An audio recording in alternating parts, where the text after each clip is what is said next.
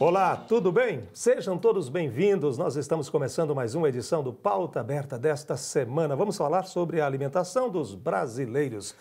Nós nos alimentamos bem? O que você acha, hein? Saiba que entre 2015 e 2017, mais de 5 milhões de brasileiros estavam em estado de subalimentação. A afirmação é do relatório Panorama da Segurança Alimentar e Nutricional da América Latina e Caribe, dados de entre 2015 e 2017. O relatório foi divulgado em 2018. O estudo aponta, portanto, que nesses 3 anos, 5 milhões e 200 mil brasileiros estavam se alimentando muito mal, ou seja, não contavam com os alimentos suficientes para a satisfação das necessidades energéticas. Que energia é essa que nós precisamos e que nós não estamos consumindo, hein? Eu vou conversar com uma nutricionista, Carla Martins. Carla, tudo bem? Seja bem-vinda. Obrigada pelo convite. Eu que agradeço. Que energia é essa? Que alimento é esse? Quais são as nossas necessidades alimentares e nós não estamos ingerindo isso? Infelizmente, nos últimos anos, a parte da miséria, a miséria diminuiu, né? Então a gente já não tem mais, por alguns dados que a gente tem, não temos mais miseráveis, mas infelizmente a alimentação ficou mais pobre. Daí a gente pergunta, nossa, isso é possível? A alimentação ficar mais pobre, mas a gente tem mais acesso à alimentação? Então a mulher, ela saiu para trabalhar, né? E isso gerou um certo constrangimento, uma certa dificuldade dentro da alimentação familiar. Hoje, o que o jovem se alimenta, a criança se alimenta? De comida rápida, de fast food, às vezes a gente está entre um trabalho e outro, vai num drive-thru e pega uma alimentação. Isso é também uma subalimentação, porque o que é subalimentação? É não se nutrir adequadamente. Não é passar fome. Não necessariamente. Ele pode ser considerado passar fome, mas é o passar fome nutricional, porque você pode estar ingerindo alimentos que não são satisfatórios para o teu organismo para se manter sem doenças. Ou seja, quantidade não significa qualidade. De jeito nenhum. Vale para a alimentação também. Sim, de jeito nenhum, né? Sempre a alimentação, eu costumo dizer para os meus pacientes, é quantidade versus qualidade, mas o mais importante é a qualidade. Por isso, o equilíbrio. Então, a palavra-chave é equilíbrio, né? E muita gordura, muita fritura, ou tirar... Mas o cheiro é bom, cara. Pois é, os sentidos, né? Por isso que você tem uma mente forte e tem que falar, não, eu não vou comer esse alimento, não vou ingerir eu posso, esse veneno. Né? Então eu falo para os meus pacientes, se você não é tão forte quanto o alimento, você vai ganhar de quem? Né? Me diga uma coisa, então, quando a gente vê na televisão aquela coisa bonita, né? Colorida na televisão, quantidade, né? Chamativa, aquilo ali não significa nada. Não. Na verdade, a gente tem necessidades nutricionais dependendo de cada idade, né? Então, para você é uma necessidade, para mim que sou mulher uma outra necessidade, para os nossos filhos uma outra necessidade. Vamos dar um exemplo, né? Então, se você está consumindo uma quantidade maior do que a sua necessidade de nutrientes que não são adequados para você como homem, você vai ter uma alimentação inadequada. E isso gera transtornos no corpo, né? Tanto no corpo quanto o corpo vai te dizer ou em doenças ou em aumento de peso, né? Ou no baixo peso. Então, dependendo do que você pode estar ingerindo, não pode estar sendo satisfatório nas necessidades nutricionais e você estar baixando peso. Então significa que quando a pessoa ganha peso, não significa necessariamente que ela esteja se alimentando bem? Não. Infelizmente, não. Na verdade, o aumento de peso ele tem vários fatores, né? Como herança genética, alterações hormonais, alterações endócrinas, então vários, mas o estilo de vida do brasileiro, ele vem, hoje em dia a gente tem 50% da população acima do peso. É muita coisa. É muita coisa, né? Então, antigamente, você imagina, eu sou formada há 20 anos. A preocupação era ao contrário, era né? ao contrário. Então, eu tive que me modernizar para esse novo contexto, né? A nutrição teve que se adaptar a um novo contexto, Ao novo contexto, exatamente. Uma nova realidade a gente trabalhava brasileira. Com desnutridos no Brasil e trabalhava-se muito. E hoje em dia, a gente vê que muito poucos desnutridos. Mas a desnutrição, se a gente pegar a palavra, desnutrir não quer dizer existe passar pessoas fome. Obesas desnutridas. Não significa passar fome. Pessoas que estão comendo inadequadamente, mas não nutricionalmente.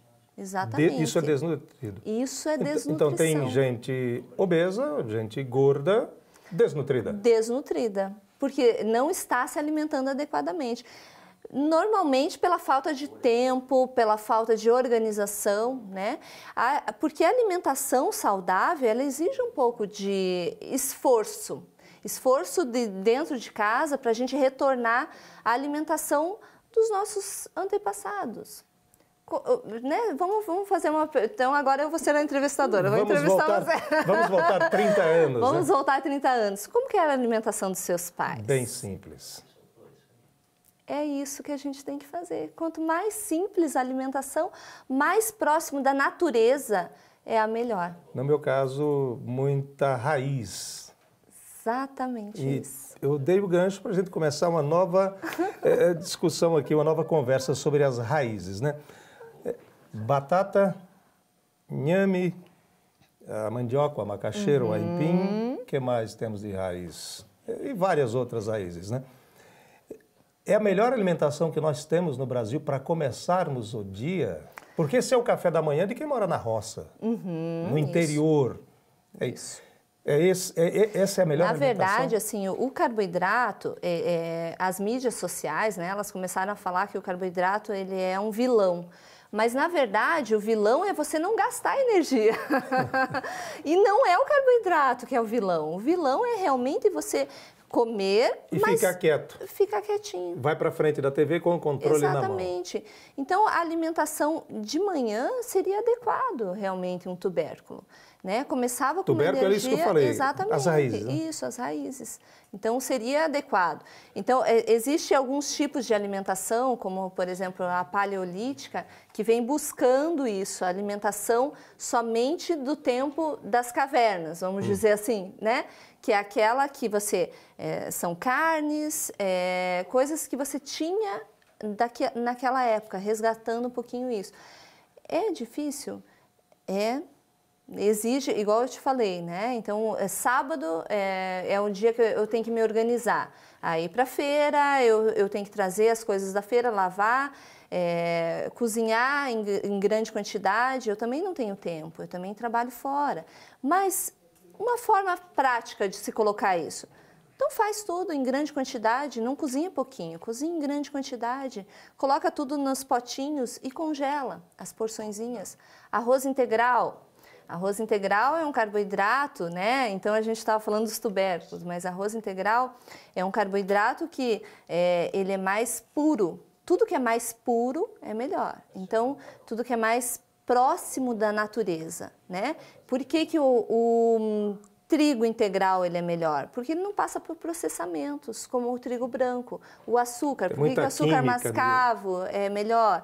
Então, tudo que não passa, que a gente chama de processados, né? Multiprocessados, porque hoje em dia a gente tem o nuggets como uma forma de multiprocessamento. E é bem rápido, né? É muito rápido, muito prático, mas se a gente deixar já os bifezinhos congelados na forma certa, né? No freezer vai dar certo. Vamos falar mal do açúcar?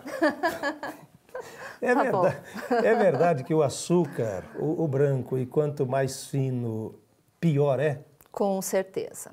Na verdade, aí entra pela questão do índice glicêmico também, não só do processamento dos alimentos. Então, o açúcar branco, ele eleva muito o índice glicêmico do teu organismo, fazendo com que, como se fosse uma bomba, quando ele entra dentro do organismo, fazendo com que o corpo jogue muita insulina. E em seguida, o que acontece com você? Sono. Cansaço. Então, não é ruim quando se tem um atleta que ele precisa de um pico de energia muito alto, ele vai gastar aquilo e isso então não o açúcar é necessário para nos dar energia. Sim, mas em quantidade pequena. E, na verdade, o que eu concordo normalmente é o açúcar sem o processamento, que seria o mascavo. O escuro. Quanto mais escuro, melhor. Exatamente. Aquele fino é o pior de todos. Arroz branco, macarrão branco, açúcar branco. Farinha de trigo. Farinha de trigo. Na verdade, o Brasil, infelizmente, por causa da industrialização, ele, em vez de vender só o trigo, ele vende o trigo, vende a fibra, tudo separado. Mas, na verdade, a fibra ela faz parte do trigo. Quando você pega o trigo lá na lavoura, né? Então a gente vê que ele tem a estrutura de fibra, de vitaminas e minerais que são quebradas para ser vendidas em 2 produtos diferentes. Mas o melhor é realmente a gente ter esses 2 produtos em um só, em vez de estar processando, né, esse alimento. Já que estamos falando de açúcar e falávamos agora há pouco das raízes, é verdade que muitos alimentos, quando entram no nosso organismo, eles se transformam em açúcar? Exatamente. É o mesmo açúcar ou é o açúcar diferente? Me explica para nós. Exatamente. A gente tem, porque basicamente... eu pergunto, me perdoe, por causa dos diabéticos, né? Sim. O diabético tem alimento que ele não pode comer, por causa do açúcar. Que alimento é esse? Exatamente. E que açúcar é esse? Basicamente, para a gente entender, para ser mais prático de explicar aqui, senão a gente ia precisar de um pouco mais de blocos, né? Mas a gente tem 2 tipos, basicamente, de carboidrato, o simples e o complexo. Carboidrato é o açúcar. Né? Exatamente, né? Que são os nutrientes. Então, o carboidrato simples é aquele carboidrato rápido, né? Te dá um pico de energia muito rápido, em seguida o teu corpo joga muita insulina e você cai, né? Entre aspas, né? Fica com sono. E o carboidrato complexo é aquele que se mantém por mais tempo ao longo dos... Né? Então, ele vai acompanhando o teu ritmo, ele dura mais ou menos umas 3, 4 horas dentro do organismo. Então, esse é um carboidrato mais prontamente disponível, que a gente fala, ele é melhor. E o diabético, em hipótese alguma, ele pode consumir o carboidrato simples, que são os carboidratos brancos, inclusive as batatas. Não pode. Né? Tirando, com exceção, a batata doce e o aipim. Né? Então, o diabético, infelizmente, não. Porque ele eleva muito o índice glicêmico. Tá, você falou que o açúcar nos dá energia, então justifica o fato das pessoas, aí eu volto, da roça, do interior, do sítio, consumirem as raízes e se sustentam mais. É isso. Exatamente. Porque o que a gente faz normalmente, dona de casa, né? A gente pergunta assim, a gente acorda e vai colocar a roupa na máquina. Isso. A gente aperta o botão. Não é que a gente precisa claro, disso, é uma praticidade, né? A gente precisa disso. Ganha tempo, agiliza, exatamente. Né? Vai colocar a louça na lava-louça, né? Então, a gente ganha tempo. Mas a gente não está gastando muita energia. Né? Então, a gente não poderia estar consumindo a quantidade que os nossos antepassados. A comida, sim. A gente poderia estar voltando, mas a quantidade, ela depende do gasto de energia. Então, o carboidrato, ele não é ruim, desde que você esteja gastando essa energia. Não pode ficar parado. Exatamente. Entendeu? Carla Martins é nutricionista. Daqui a pouco ela vai responder para a gente... Qual é a alimentação adequada para a gente não só começar o dia, né, mas o almoço, o jantar e o lanche? É verdade que quem quer emagrecer come de 3 em 3 horas? E tem um regime que estão fazendo aí, é o regime intermitente, né, que fala, né? E esse termo ração, é agressivo ou dá para a gente usar? A ração humana, né? A gente vai falar sobre esse assunto daqui a pouco, tudo isso. Não saia daí, o Pauta Aberta volta já já.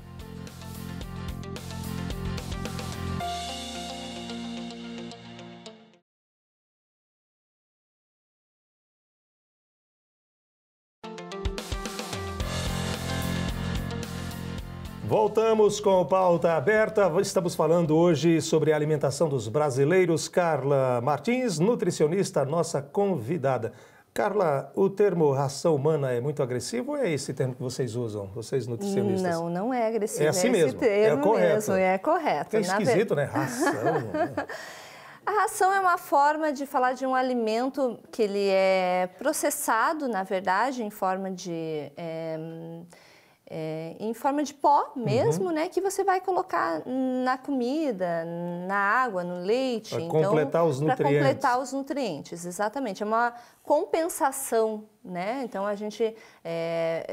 Atletas, por exemplo, a gente tem que calcular uma quantidade de comida que a gente não consegue. Então, tanto a ração quanto uma suplementação se faz necessário. Muito bem. Vamos falar de regime? Vamos. Regime intermitente é aquele que fica o dia inteiro sem comer nada, só na água? Na verdade, primeiro de tudo, né, a gente vive sem comida. A gente não vive sem tomar. Porque o nosso corpo é formado de 60% a 70% de água. Então, na verdade, se a gente tem uma reserva, a gente consegue ficar assim. Mas o que os nutricionistas falam, né? O que a gente comenta? Para algumas pessoas, o jejum intermitente, ele se faz necessário, ele é importante no organismo. Principalmente quando a gente vê que a pessoa não consegue equilibrar picos de glicemia ou mesmo o colesterol. Então, tem algumas coisas específicas. E não é simplesmente o paciente chega no consultório ou ele resolve de uma hora para outra fazer um jejum intermitente. Não funciona. Não é assim. Não é assim que funciona. A gente tem que primeiro fazer todos os exames, ver como que a pessoa está fisicamente, né, internamente, para depois ver o que é melhor. Lógico, o melhor é equilibrar a alimentação, né? Por que equilibrar a alimentação é muito mais difícil do que não comer? Porque dá trabalho, né? Mas o jejum intermitente, ele funciona? Funciona, para algumas pessoas sim, mas não é o dia inteiro. Na verdade, a gente tem que equilibrar. Existe jejum de 8 horas, de 12 horas, de 16 horas. Então, a gente tenta conciliar com a noite, normalmente, que é o período da noite, para a pessoa não passar fome, porque né? Não adianta ficar o dia inteiro no regime intermitente, chega de noite... E assim, tem que ser uma continuidade, tá? E aí, 8, 10 da noite, come uma feijoada. Não, exatamente. Então, por isso que as pessoas que fazem o jejum intermitente, eu tenho alguns pacientes que fazem, elas têm que ter muito autocontrole. Então, porque terminando o jejum, precisa comer comida saudável. Tem muito regime, não tem não? As pessoas têm muito jeito de fazer regime, né? Todos funcionam, todos tá? Funcionam. Se for pensar assim, se você tiver foco e meta, você vai conseguir atingir. O problema é, será que eu vou conseguir manter isso depois que eu terminar de perder peso? E esse jeito de eliminar peso, né? Que é comer de 3 em 3 horas. Uhum. Esse é o melhor de todos? Na verdade, esse vamos dizer, a primícia que a gente coloca, né, para as pessoas. O primeiro ponto, a gente parte daí. Mas vamos dizer que você toma um café da manhã um pouco mais tarde. Por que você vai tomar um lanche da manhã se vai atrapalhar o teu almoço? Ele não se faz necessário. Entendi. Então, cada caso é um caso diferente, né? Por isso que tem que Agora, consultar. uma pessoa que dorme 2 horas da manhã, realmente se faz necessário que a gente coloque mais alimentações, mas no máximo 2 horas antes de dormir. Por isso, até 2 horas antes cada de dormir. Cada um. Cada um é individual. Entendi. Mas o básico, né, a gente segue esse princípio de 3 em 3 horas, porque é o período médio de digestão, mais ou menos. A gente está falando aqui com a Carla Martins, nutricionista, e agora nós temos uma reportagem para mostrar para você sobre a introdução alimentar de vitaminas, que começa desde o 1º ano de idade. Acompanhe. A banana amassada pode até parecer um pouco esquisita no começo, mas é só a Karen insistir um pouquinho que logo o Rafael come com vontade. Ele se alimenta de frutas 2 vezes por dia e no almoço e no jantar de papinha de legumes. Tem brócolis, jiló, espinafre, alguns tubérculos, né? E aí tem as carnes, né? Carne e peixe e frango, mas sempre bem amassadinho, porque o bebê ainda está começando a introdução alimentar para ele não engasgar e não acontecer nenhum tipo de acidente. A introdução alimentar deve ser feita aos poucos. O Rafael estranhou a textura das frutas, mas nunca rejeitou nada. Mas isso tudo só começou no 6º mês de vida. Depois dos 6 meses, a criança passa a ter necessidade de alguns outros nutrientes. A primeira coisa que a gente introduz são as frutas. Primeiro em forma de suco, depois em forma de raspado da fruta ou de papinhas e só depois em pedaços. Geralmente a gente começa com uma fruta de cada vez, então a laranja, ela por hábito acaba sendo o primeiro suquinho, depois o suco da maçã, o suco da cenoura, eles podem ser introduzidos, tá? E depois que a criança já tiver experimentado um número razoável de frutas, a gente pode começar a fazer algumas misturas. Depois das frutas é possível começar a introduzir legumes, mas nada de tempero, quanto mais natural melhor. E é desse jeitinho que a Yasmin come. O prato colorido deixa qualquer adulto com água na boca. Aqui na casa da Priscila, eles seguiram à risca as recomendações da pediatra da Yasmin.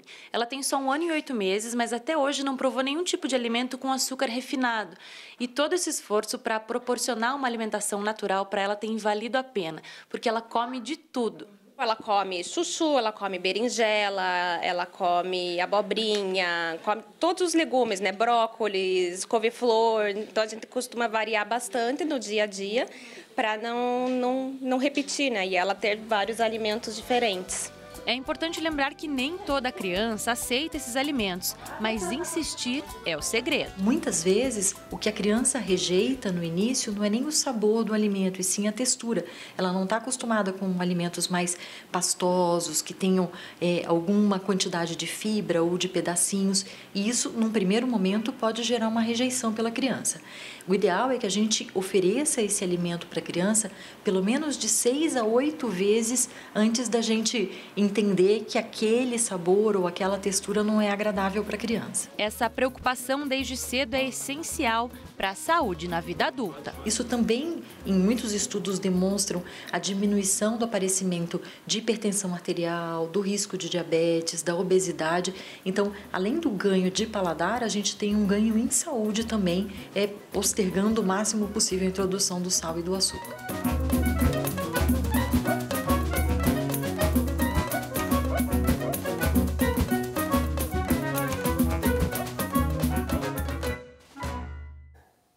E aí, Carla, a boa alimentação começa desde criança?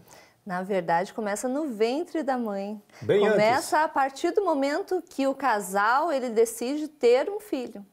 Então, ali que começa a boa alimentação. Quando a gente consegue, né, eu tenho vários pacientes que eu atendo as gestantes, quando a gente consegue mudar os hábitos da gestante, né, cuidar de cada trimestre tem um tipo de nutriente diferente para a formação dessa criança, ela nasce muito mais saudável e o paladar dela já é propício para a alimentação saudável. Então, a gente vai introduzindo e a gente vai notando que a criança vai aceitando todo tipo de alimento. Ela não estranha comer, por exemplo, estar com 8 meses de idade e comer um prato de alface. Então, eu tenho alguns pacientezinhos, né, olhando nesse vídeo, né, que são exatamente isso.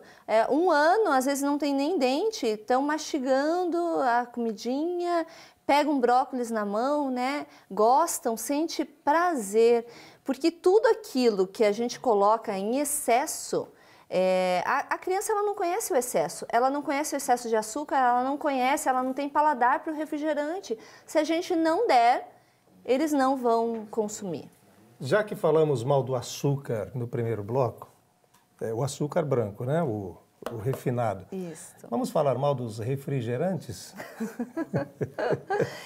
Infelizmente, a alimentação do brasileiro, ela começou a ser uma alimentação imitando a alimentação dos Estados Unidos, né? Então, os norte-americanos. Mas lá é outro biotipo, né? Sim, né? Mas o que é o McDonald's da vida, o Bob's, não fazendo, né? Eu acho que todos esse tipo de alimentação em equilíbrio, né? Desculpem quem, né? Claro. São donos dessas marcas, mas em equilíbrio não vai fazer mal, né? Ah, você vai uma vez por mês ou, né? Coloca não um é limite. Isso que vai... Agora, se você for consumir esse tipo de alimentação todos os dias, realmente, porque um copo de refrigerante, metade é açúcar. Você pensa você colocar metade de açúcar e tomar essa água? A gente não tomaria, mas infelizmente com todos os sabores e artificiais, ele fica gostoso. Mas é possível, a partir do momento que você toma uma posição, eu quero mudar meus hábitos alimentares, né? Então, mudar os hábitos alimentares significa o quê? Uma alimentação colorida, balanceada, né? Metade do prato com verduras e legumes, 1/4 com carboidrato e 1/4 com proteína. Ter o equilíbrio entre carboidrato e proteína e consumir bastante verduras, legumes e frutas. Isso é importante. Temos 1 minuto. Tenho 2 perguntas. Uma boa alimentação evita doenças. Com certeza evita doenças. O nosso organismo, na verdade, a alimentação ela é mais preventiva do que cura, né? Então, se a gente tem o equilíbrio, tudo que o corpo precisa e as defesas do organismo completas, você não vai adoecer. Muito bem. E 10 segundos agora. À noite, antes de dormir, alimentação leve. Exatamente, 2 horas antes de dormir. 2 horas antes de dormir? 2 horas antes de dormir. Muito bem. Deixa eu agradecer, muito obrigado pela presença aqui. Eu que agradeço. Nós aprendemos bastante sobre alimentação. Muito obrigado a você de casa que nos acompanhou. Você pode nos acompanhar nas nossas redes sociais, Instagram, @evangelizartv, curta a nossa página também no Facebook, TV Evangelizar. No YouTube, nos acompanhe. Você perdeu esse conteúdo, quer rever esse conteúdo e outros da nossa programação? youtube.com/TV Evangelizar Oficial. Muito obrigado. A gente fica por aqui, voltamos na semana que vem com mais um tema e com mais convidados. Aproveite bem a sua semana, fiquem todos com Deus. Tchau, gente.